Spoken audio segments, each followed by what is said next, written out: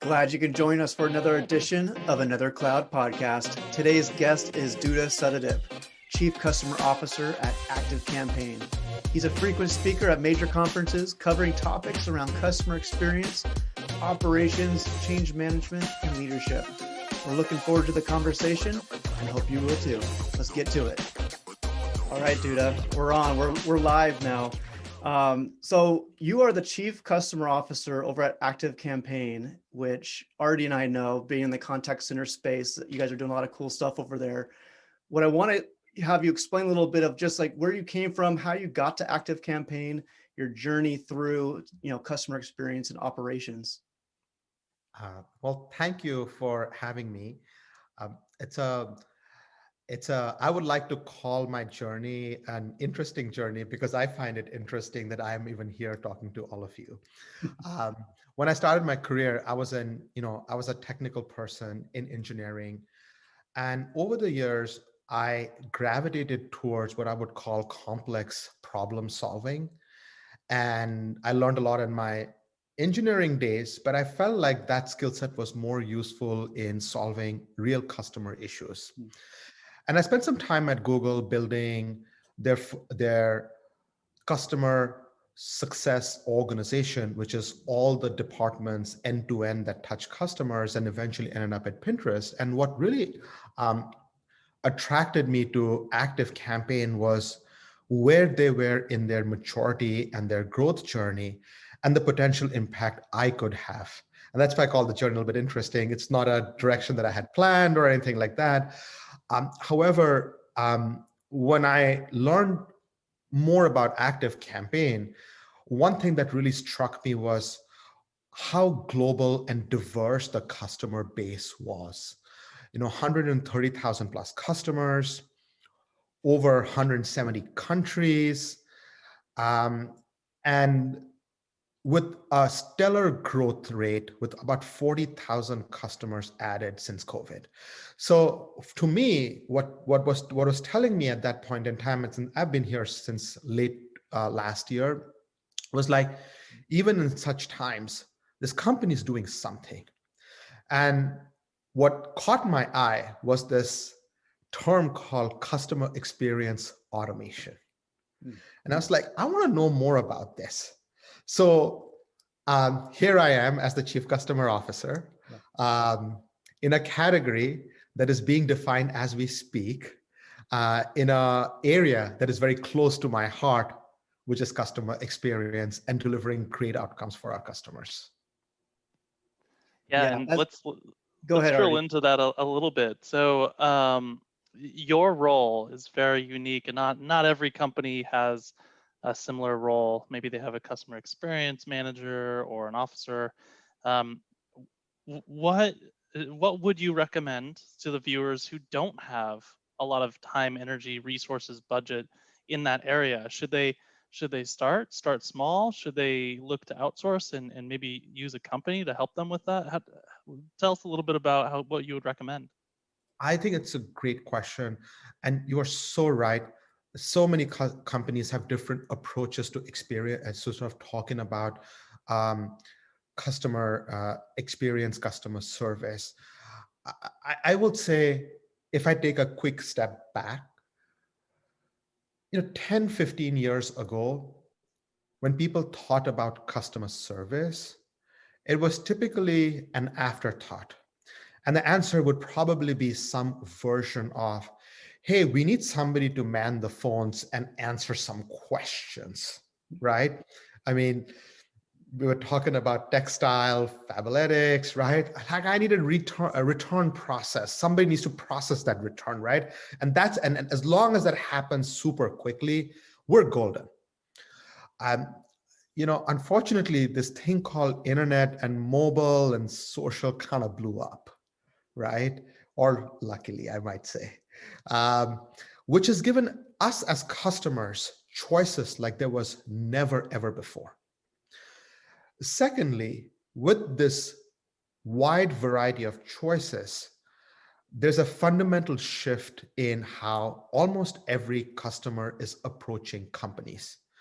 Things like subscriptions, which were not even, conceived as something real and money worthy, 10 years back, think Netflix then and Netflix now, people are just much more used to it. And with these things like subscriptions, the cost of acquisition and how much time you spend as being a customer all of a sudden starts to become really important top line financial metrics. So for folks who, maybe just starting up and like don't have any sense, maybe you can think of something super simple and maybe put it on the sideline for a little bit. But sooner or later, you will have to acquire customers and you'll have to keep customers engaged. And for all of those companies, I think it's that direction before even choose software or services, I think has to come from the top, the leadership. How important is customer experience in driving retention, in driving repeat businesses, in people, in having people come over and over again to grow the business. So that's how I would like unpack it before even going down to any kind of like pure solution path. I love it. Yeah, and we've all heard the phrase, it costs more to acquire a new customer than it is to retain the current customer. And the same is to be said about employees and agents, and especially in the contact center world with call centers, there's heavy churn of agents. It costs more money to recruit a brand new employee than it is to retain an employee. So what are your thoughts? How do you justify internally? I know that you've justified it at your company, but for someone else who doesn't have a team or even a person who focuses on this, how can they justify, this, you're going to get an ROI by having someone who's focused on customer experience? I think, first of all, like I said, if you're getting started, I think the question is, if you're getting started, how do you sort of even build a case? How do you even prove the value? To me, one thing I would always like to say is, how does your business work? And how do people come to your business? And if you're a small business, um, most of us have probably used Yelp or some site like that at some point in time to, you know, uh, to identify what they want, if they should go to a service or not. So if I'm a business owner, let's say I'm the person who's going to make a case to the business owner, I would probably, the simplest thing would be to go down to Yelp and see what people say about us. That's a real tangible way to say, do we have a problem or not have a problem? Now, chances are, if you really don't have anybody in support and anybody doing this full time, those comments may be somewhat harsh, right? And that's always a good place to start, because you don't have all the data, but you have the stories that customers are telling you. And the first thing would be, hey, how do we service this kind of use cases in a better way? And that is probably where I would start as the first point of starting the dialogue, whether you need software, whether you need more investment in people, whether people just need to work a little bit differently together to prevent that from happening. Because sometimes when people start to be in that shoe in the role of a customer service and having to correct situations, they realize, oh yeah, this is actually like a full-time job and we need to hire somebody for this. So those are some of the things I would recommend people do if they're having trouble getting started. Absolutely. And yeah, I used to work at a company where we didn't have someone in your role, and it was really myself as the senior director of the tech support team, and I was taking escalations, trying to understand our brand integrity, which was like, are people posting things? This is before really Yelp. This was like Better Business Bureau, Yep. and our Trust Pilot, and all these different review sites. And I felt like I was doing 20 different jobs because I was doing all of that, plus hiring people, plus performance reviews and things like that. So I could see the need for it, and I could see your approach. And I know Alex has a ton of questions, so I'll punt it over to you, to Alex, to ask your questions about customer experience automation.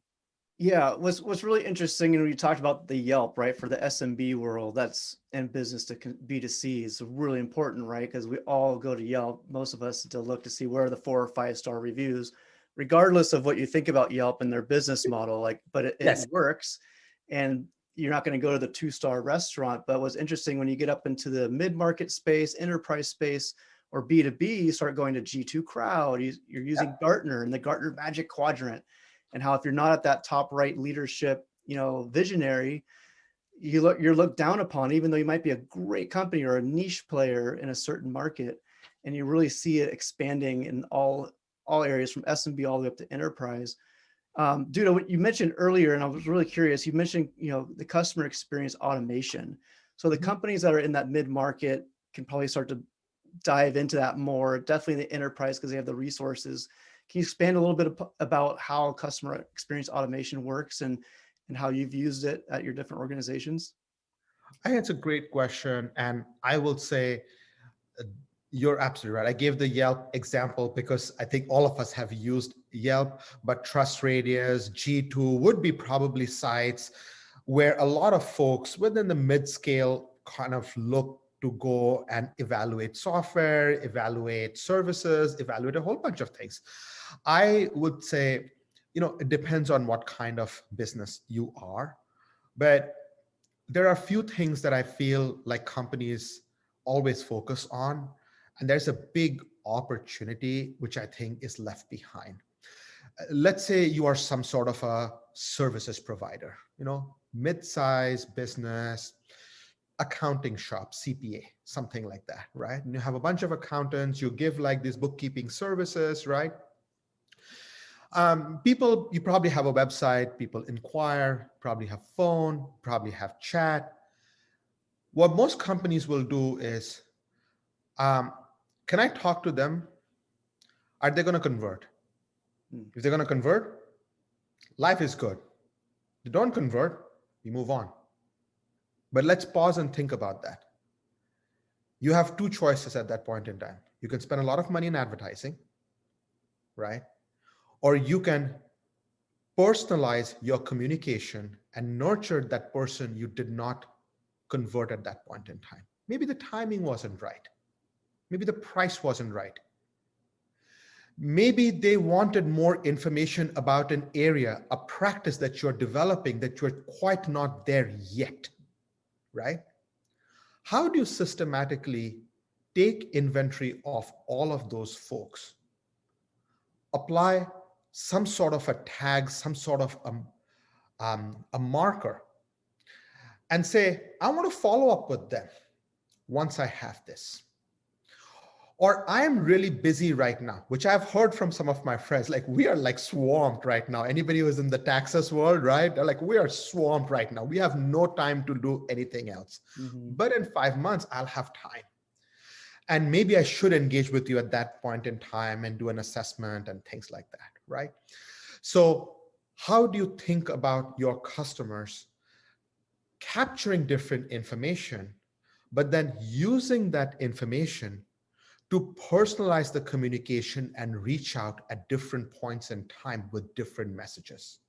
The goal being very simple, not just letting who you, like quotes unquote, the people you did not convert with on the wayside and restart the process from scratch, but engage them and potentially convert a year later, 6 months later, so on and so forth.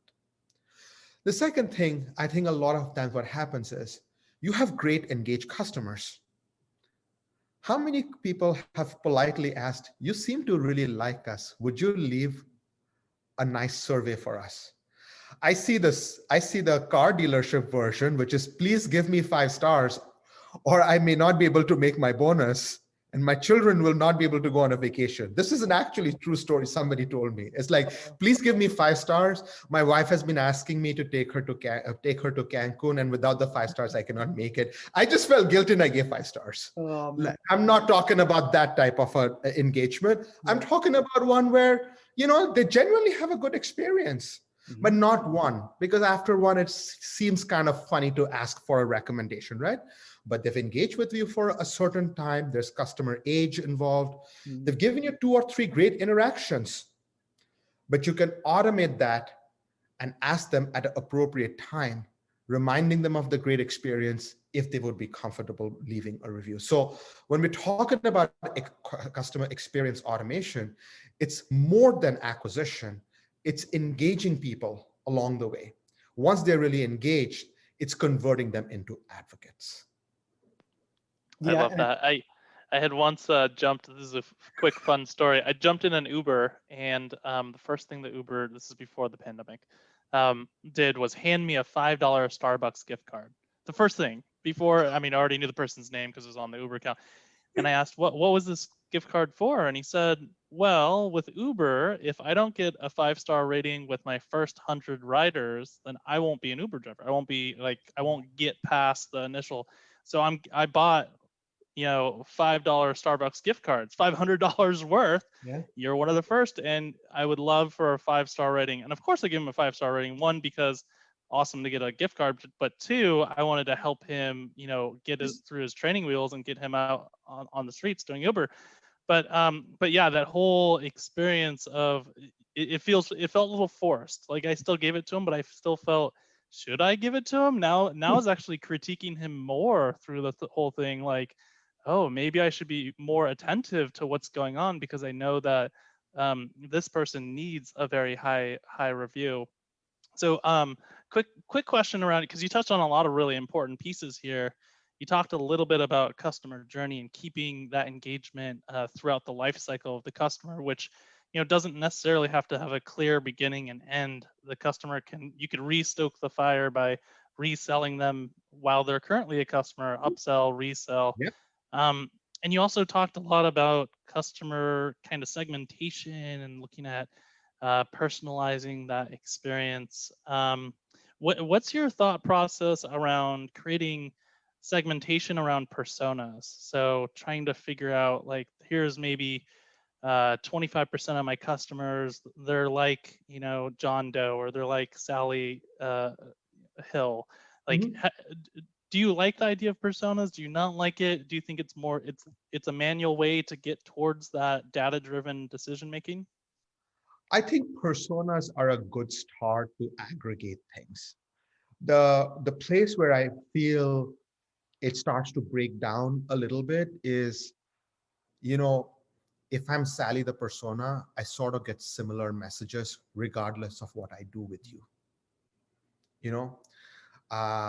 And I feel personally, my sense is in today's world, there are so many data points available. Why not use them to make the email or the chat message or whatever communications you are having much more personal? That talks about that talks about how do you that makes the person really understand that you are doing this by understanding what they have engaged with you, how they have, what I'm saying, right? Like how they have interacted with you in different ways, if that makes sense. Like I'll give an example, right? Like we have a customer, right? The founder includes handwritten thank you notes in packages, right? And has like the founder's email address if you need anything. And if you email it, if you email the guy, he's like, hey, how can I help you, etc., etc. But the moment they do that, like it's a physical goods, right? They ship stuff. But the moment they give their email, they get a welcome email, they ask for some more information. And then every year on that day, they send out a little special offer. But that is customized because it says some version of, this was the first day we met. Celebrating the time you reached out with me, here is an offer for you. Think about that versus, it's Black Friday, 50% off for everybody. you see the difference what I'm trying to sort of like put forward, right? I think personalization matters in today's world because there's so much of information coming at you at so many ways. Yes. Those little touches actually is what makes the difference. Exactly. And I Yeah. love those brands that really personalize. Like 1-800-Flowers is a great example. They know that you ordered flowers, so they ask you why. It's your anniversary or it's your significant other's, birthday. So 3 weeks before that time, I get an email or a little icon on my app that says, "Hey, it's coming up in 3 weeks. Don't forget." And I'm like, "You just saved my relationship by sending me an email. Thank you so much." Yeah. I think what you see a lot too is that customers are getting more sophisticated. So they're gonna know when they go online and there's a chat bot, or if they get a letter or an email, if it's canned and everyone got the same exact one. And like you're saying, if you have the data there, it's just a matter of how you want to mine it and use BI to say, I can make a scaled message based off these different factors in this in your field and your CRM, to where it feels 99% there of being customized. And just like this, the CEO, he's able to take that and make it make it feel customized, make it feel personal. But you can do it at scale if you do it right and you take that data that's out there. Yeah. And one of the things that we have learned as sort of an active campaign, we have a thing like what 850 plus integrations or something like that, like a humongous number of integrations. And the reason we have so many integrations is because this information actually lives in many places.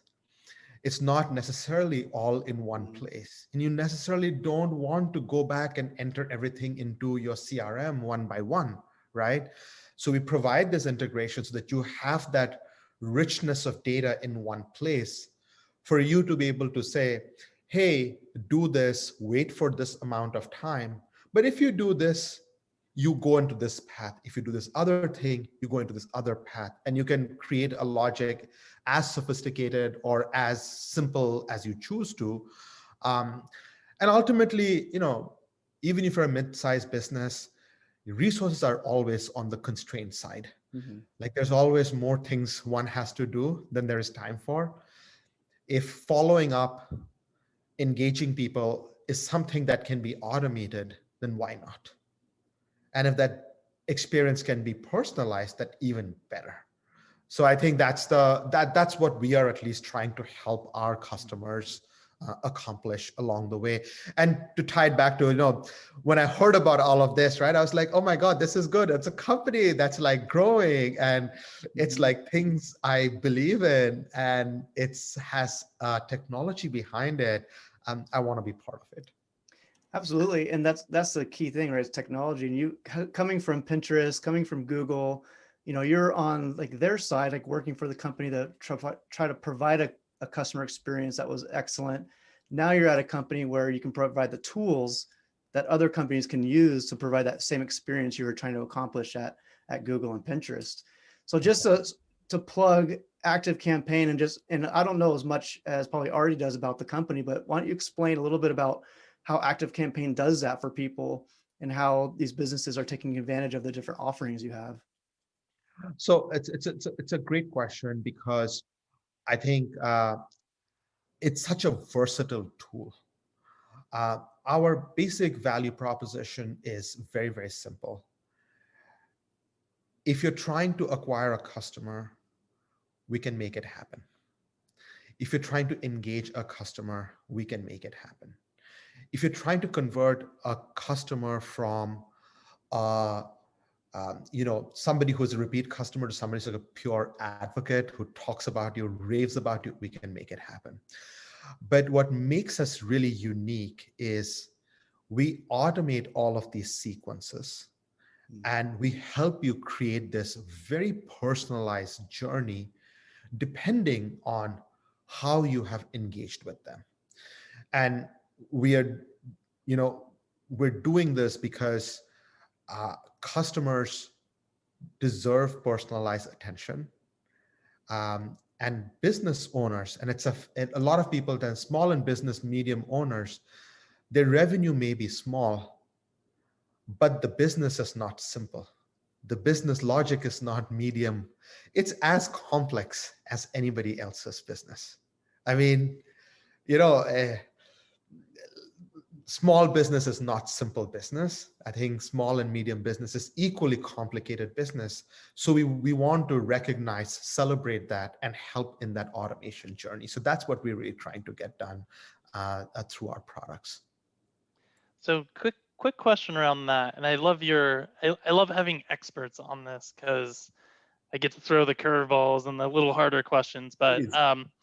we're selling to the audience where they're thinking about chatbots and AI and machine learning, but they're still in the mindset of what you said earlier, which was amazing, which was, yeah, if I didn't have to support people, I wouldn't have to have a team. If I just had a phone that rang and someone picked it up, like that would be fine. But they're getting to a scale where that doesn't make sense, and they need to automate, and they need to have campaigns where they're fostering and retaining and making sure that their customer experience is good. So the curveball question here is, when people are thinking about automation versus personalization, sometimes they think of it as a spectrum where personalized support is like a live human talking and walking them through that's as personalized as you can get, versus automation can feel very unpersonalized if not done correctly. So how does your company bridge the gap? And then what's your impression of that spectrum? Is it a spectrum or is it more dimensional? I think it is a spectrum, personally speaking. Let me talk about um, easy and expensive, hard and cheap. Okay. The easy and expensive solution is populated with people, right? But even if you populate it with people, that doesn't guarantee a personalized experience. You get a personalized feel, but you do not get a personalized experience if your agent does not have customer history, if the agent does not know. Imagine if you called somebody, and I'm sure we have all had that experience where it's like, please reboot the computer, right? It's like, dude, it has nothing to do with my computer. I'm talking about my keyboard, Yeah. right? And that's the experience you get when people think about, like, I just need some warm bodies because I heard personalized and like it's easy and I'm going to throw some bodies at people, right? You can get some version of personalized, but are you going to get the outcome? I don't think so. If the outcome is better retention, better engagement, better ongoing relationship with the business. On the other side, I say is hard and cheap.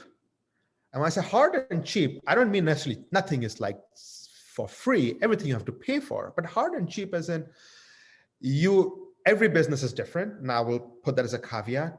Customers are different, have different expectations. But you can think about a chatbot situation where you ask certain questions and you are able to classify that, right?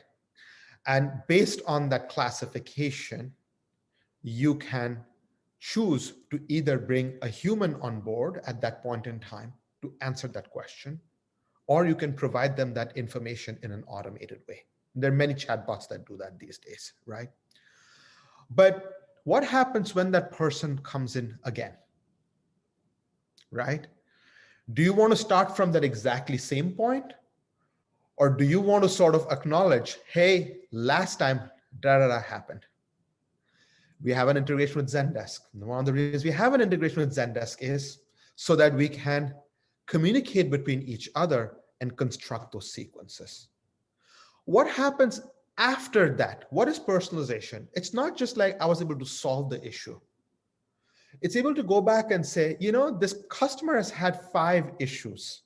They all seem to be, for whatever reason, I mean, it happens to every business. Somebody just got a bad luck of the draw and had like 5 consecutively bad experiences, right? It's not like somebody designed it. The company was evil, what our software can help you do, if you're collecting and if you have those connections in Zendesk, we can go back, take a list, and then say, hey, you know what? I know you've been having some trouble with us. You can give them a discount, right? For their next purchase proactively. I know you've not had the best experience with us. We want to make it right proactively, not after they've called for a refund, because at that point, they're kind of like blackmailing you for some credit, right? But if you proactively offered that, that's the level of personalization I'm talking about, right? So I hope that gives you a little bit of color. I don't think it means like you can always get out of the business of like never having anybody do this. I wish it was that. I hope that the technology gets us to that point at some point in time. I don't believe the technology is mature to be there yet. So there's always going to be some human component, but the personalization is in these additional realms that will hopefully bridge that gap. I think you hit it right on the head. And, Alex, you talk to a lot of customers who are thinking about migrating and starting to automate. We talk about migrating to the cloud so that they have technologies and tools that have open APIs that can work with companies like ActiveCampaign and other tools like Zendesk and help with that. But Alex, you hear this a lot as well. When they go to you, they usually say, I want to do automation. I want to do a chatbot. What's the easy button? And how do you respond to that? Do you say, yeah, here's your easy button? Or do you say, pump the brakes. Let's figure out exactly what you want. How does that work? The easy button's at Staples. That's about the only place you'll find it. But really, I think it starts with a good foundation, but it's all about, a lot about change management, right? Because you can have this great idea and on paper, it looks great.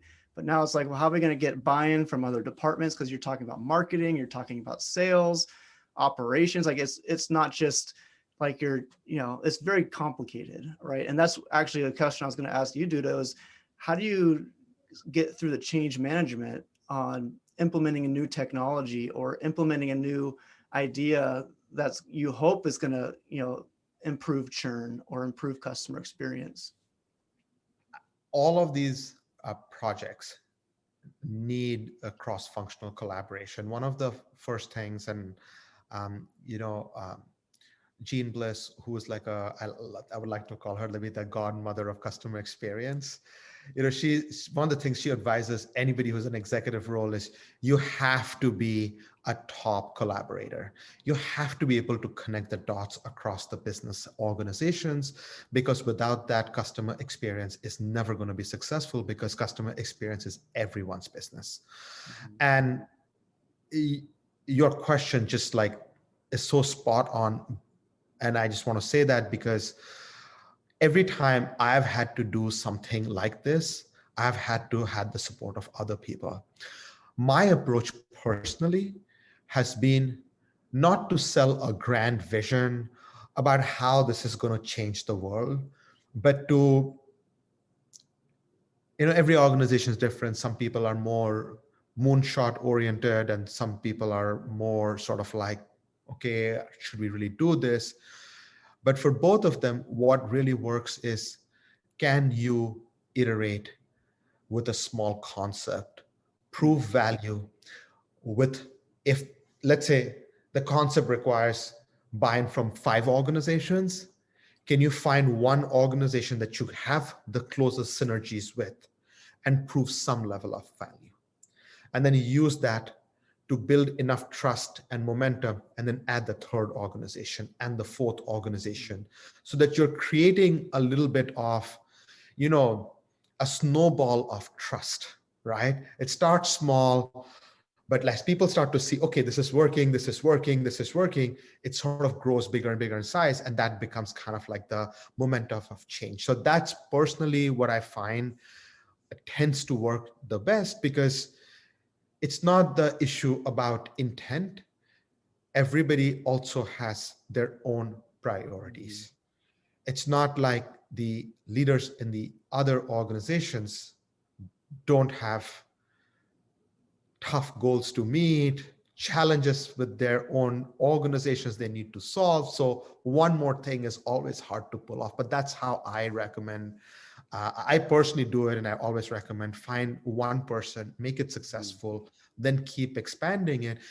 And in addition to sort of that iterating, I have found more often than not, I realize the idea is good, but it needs to pivot. I Mhm. thought it's going to have this impact. It's having this much impact here, but we should probably try these other things before we go to that other organization. So it helps in the refinement of the idea because execution is hard. The devil is always in the details. And regardless of the greatness of the idea, that's where the rubber meets the road. Absolutely. And like you're saying, like it ultimately boils down to leadership, right? And the more you get that one collaborator that you can work together and you start snowballing and it starts building, then everyone sees, hey, like this team over here, they're making some good progress towards different initiatives. Next time Duda brings another idea, we should jump on too, because what he's doing is working. And so Yes. that's where you just start to be, then you're seen as a leader, a thought leader within the organization, and you just build upon that, right? And it kind of brings me to one of the things when I was watching your TED talk was a lot about, mentorship, leadership and mentorship. And you even mentioned on your LinkedIn as well. So I want to dive in a little bit. What's your approach on mentoring, I guess, colleagues and even, the people that work under you as well to get them to perform? I think I'm personally a big believer in goals, and setting goals and calibrating and really trying to accomplish those goals. I've always personally believed in setting bolder goals for organizations because I feel, 5%, 10%, you can sort of eke out just by, moving a little bit harder, right? Or changing a process a little bit here.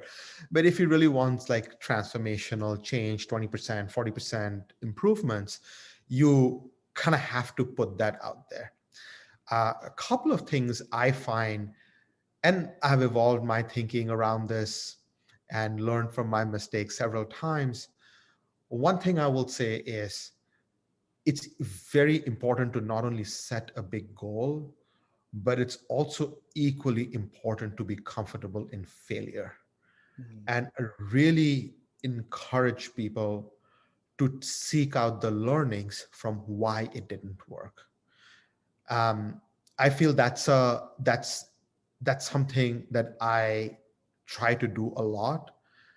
Sometimes with success, sometimes with not that much success. Mhm. But making failure okay is an integral part of accomplishing goals, especially big goals, because if you're going to try something big and audacious, chances are some of it is not going to work, right? But it also helps you question the assumptions of why it didn't work. Second thing I like to say is celebrating the rewards process. How are you celebrating the small wins meaningfully along the way? A lot of times when you set big goals, if there's no midpoint, no kind of like acknowledgement in the process, uh, it may feel deflating. It's like, why are we going through all of this process for what? I think it's important to sort of celebrate those smaller wins, but also tie them back very aggressively where we were and how this is actually progress and how much more that needs to be accomplished to get there. So those are some of the things I can think of top of my mind, if that makes sense. Yeah, absolutely. And you mentioned even in that TED talk too about how, tying back the emotion to that goal. So it's not just you don't hit that roadblock, as you mentioned, like there was an emotion tied to it, but the second we had the emotion tied to it, you were able to get really close to that big audacious goal that you're trying to hit. Yeah. Um, so for someone that isn't as lucky as you and they're not, on the C level at an organization that's growing very rapidly, what would you say, like, director level, manager level, that people want to, like, work their way up in their career? Like what took you to the level that you're at, and what could you advise others that want to get up to those higher levels? I so I've been I always like to say I've been very lucky to have friends, mentors, advise me, give me great pieces of advice along the way. And they have come from a variety of places. Some folks who have worked with me, some people I've met along the way. But I can say, as I look back, one thing I felt that really somebody advised me a long time ago, which I feel is so true: don't say no to any opportunity without understanding. And it strikes me how many people, including me, when I start to once that was told to me and I started observing myself, I was just dismiss things without even actually considering what would that mean. Um, and when it comes to career, think about career opportunities, projects. When somebody says something in a meeting and nobody wants to do it, what's happening is we're saying no before we can say yes. Why not say yes and see if that can be solved, right? In somebody's career or in a work situation, it may be that problem that nobody really wants to touch, but if you really take deep interest in it, it may be a solvable problem. So give it a shot, right? And it also goes to a little bit of, in many other ways I found it translated to risk taking, if that makes sense. Like, are you willing to take a risk on your career and try something new? um, so that's I think like one thing that I've always, like, I heard that from one of my mentors, and I've always sort of like. The second thing I have always liked to learn, and learning has been a very important part of my personal career. I like to read books. I try to sort of like do the best that I can, trying to keep myself abreast of what's going on, what is the latest, what's the best. I think like investing in your own education, and not just reading because it's going to give you a better sense for career, just reading because it's an interesting topic, goes a long way. Yeah, that's so true. And one of the things I try to teach my kids is, your value is up in here, right? Yeah. As my oldest is 10 years old, 11 years old, but I'm trying to like instill those things where it's like, none of my kids are going to be professional athletes. So, it's like, where's your value going to be as you go to college, as you get into a career? It really comes down to what you know. And a lot of that is being open to risk and taking, control your risk, right? And the downside. And so you're not, falling off the edge there, but you absolutely nailed it on the head. And, networking, having mentors and advisors is so important. And it's helped me through my life. I know, Artie, you're the same way with your boss, and how, the relationship between the two of you is very tight and very close knit. Yeah, and let me piggyback off of that. And I think this question's very similar, but maybe a little bit different, especially because it's advice for the people who may be listening. So when we're talking about customer experience automation, you're taking something that is very technical, analytical. You're taking something that is also, it needs a level of creativity. You're creating these experiences, you're creating these flows. Um, when you're building a team underneath you, or when someone that you're advising is building a team to work with ActiveCampaign or work through this customer experience, customer journey modeling, how do you build that team? Do you want like this person who's super analytical and knows all the data points and where to pull, and do this other person who's very creative and has no idea about technology other than they know exactly what the experience should be? And do you put them in a room, lock the door, and hopefully something comes from it? Or do you want people who are a little bit of a blend of both? Oh, I think it's.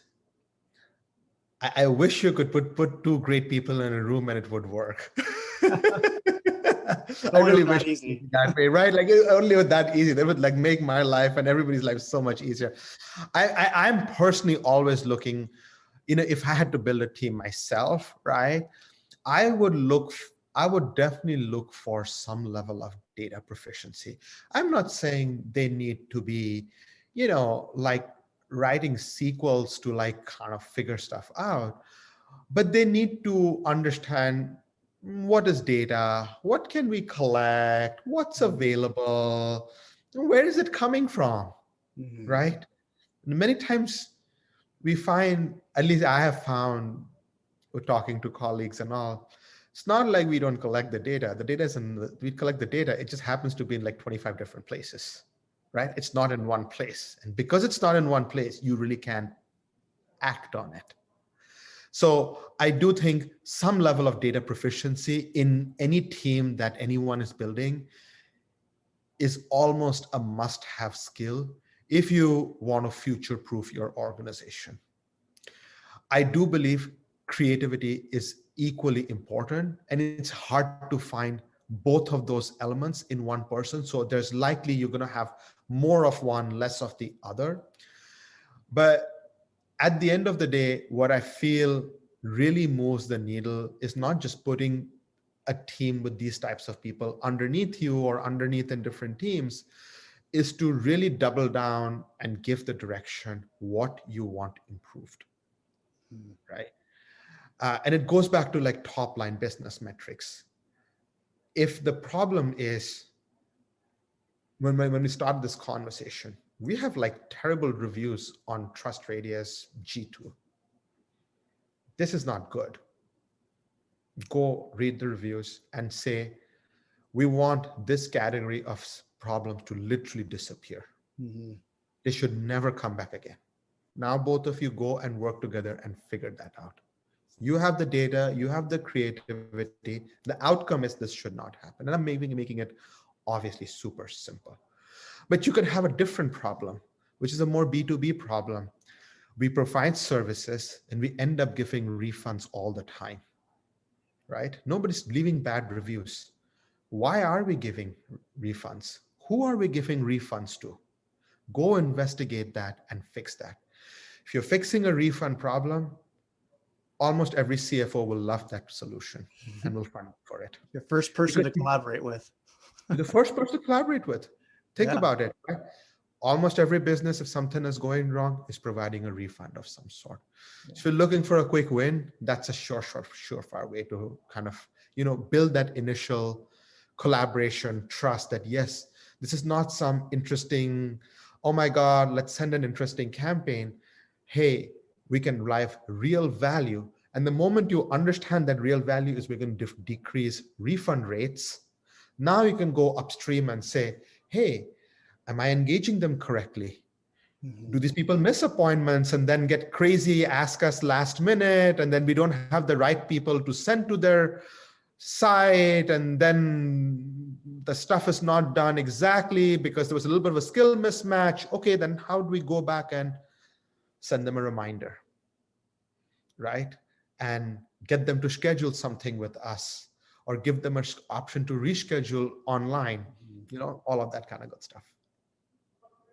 Yeah, absolutely. And like you said, it comes down to like some of those top line business metrics that you're tracking, right? And it's revenue, it's lost revenue, it's, profit and loss and expenses. And so a lot of that can all trickles up to revenue. And that's where either the CRO or the CFO is really going to want to fix those things. And, that's where the project starts. And you start taking that data, figuring out where those problems are arising and the why behind it all. But Dutta, it's been an absolute pleasure to have you on this podcast today. And at the end was the best. I think everyone can grab that mentoring, the leadership, how to advance their career, I think is so important. It doesn't matter what line of work you're in. It's good information to always remind us of, what it takes to succeed in business and how to level up your skills. So it's an absolute pleasure having you on today. Well, thank you, Alex, and thank you, Ardi. This was a very, very lovely conversation, and it's always fun to talk about this stuff. So thank you for having me. Absolutely. And also, I'm going to put at least a link to your TED Talk on the podcast website as well, too, to make sure that everyone has a link to that and can watch it on their own time. Thank you so much for joining us today. Really, really love the conversation. It felt like it was like we could have been talking for another 3 or 4 hours. So what's such an easy conversation? Yeah. Same here. Well, that wraps up the show for today. Thanks for joining. And don't forget to join us next week as we bring another guest in to talk about the trends around cloud contact center and customer experience. Also, you can find us at adleradvisors.com, LinkedIn, or your favorite podcast platform. We'll see you next week on another Cloud Podcast.